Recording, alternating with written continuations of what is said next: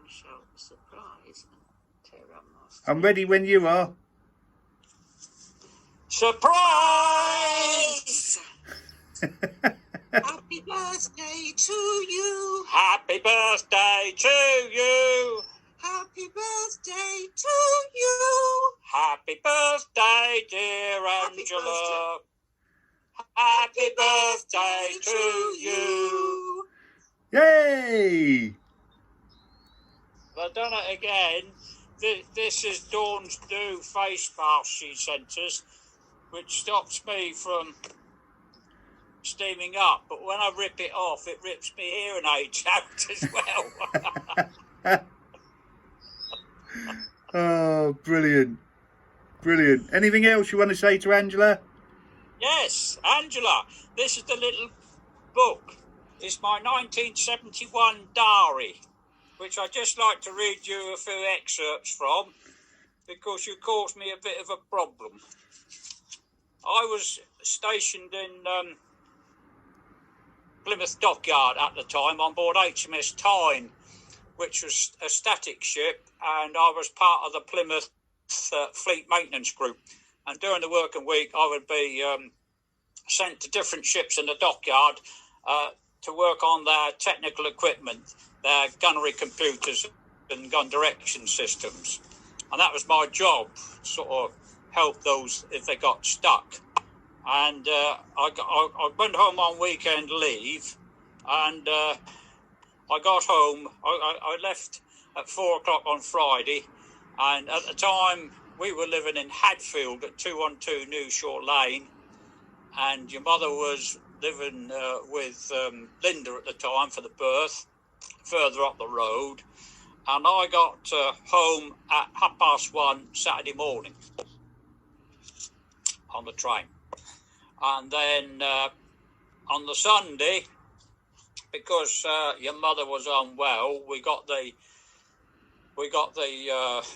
midwife in, and after her sort of examination, she said I had to stay at home. And I said, well, I can't do that because I'm in the Navy and you don't have the authority to grant me leave. So she had to phone up the duty officer on board HMS Tyne at tea time, and dragged him out of the bar, which he wasn't too chuffed about. And she explained the situation to him, and he was obviously arguing at the other end. Anyway, she won the day, and I was granted 3 days extra leave. So I was with your mother then. Instead of going back Sunday night, I was with your mum Monday, Tuesday, Wednesday.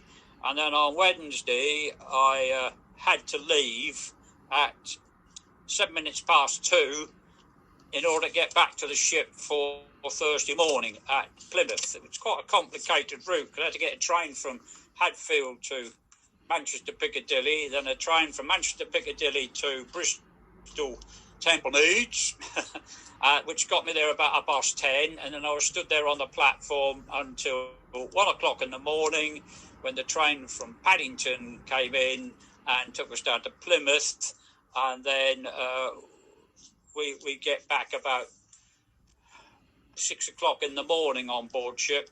Well, Call the Hands was up past 6, so it wasn't worth doing anything except get ready for the day. So I then got ready for the day, and at 8 o'clock I went down to the regulating office to report to the duty RPO to tell him I was back.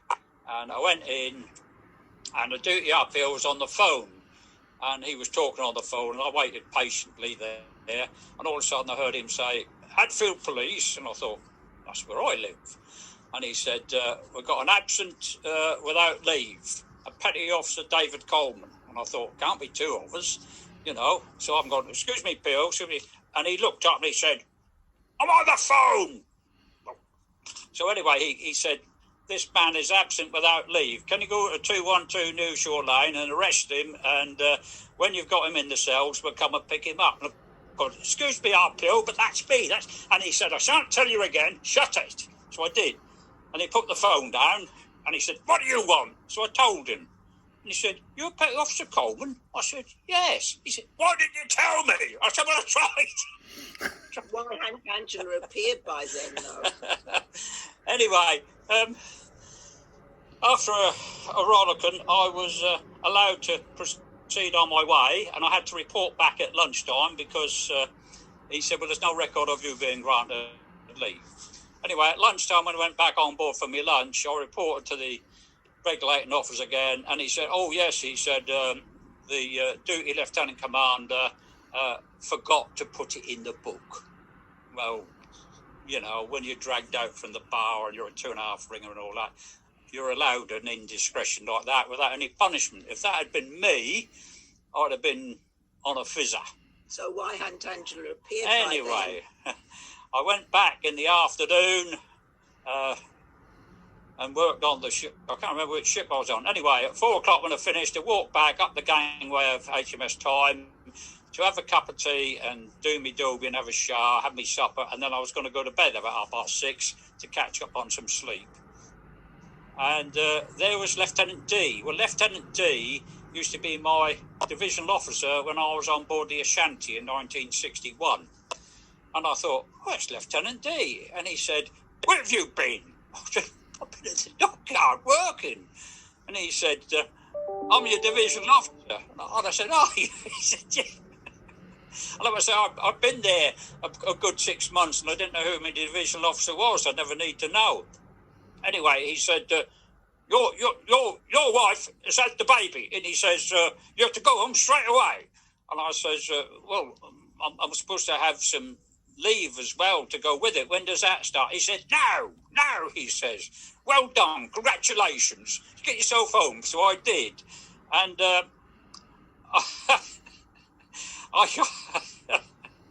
I got home.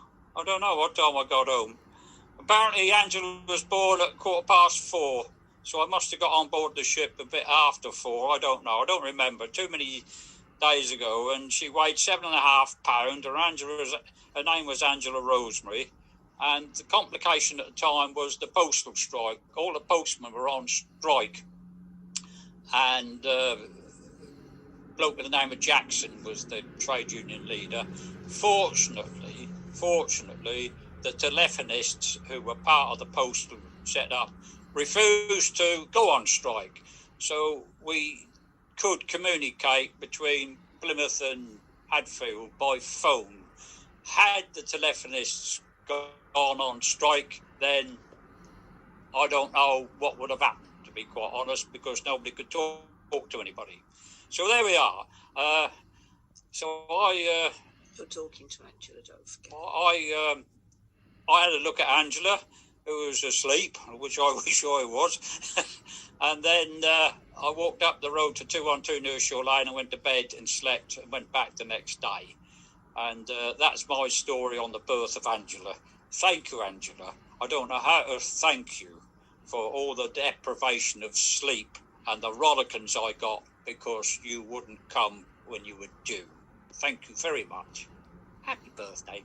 Here endeth the first lesson. It's all in the book.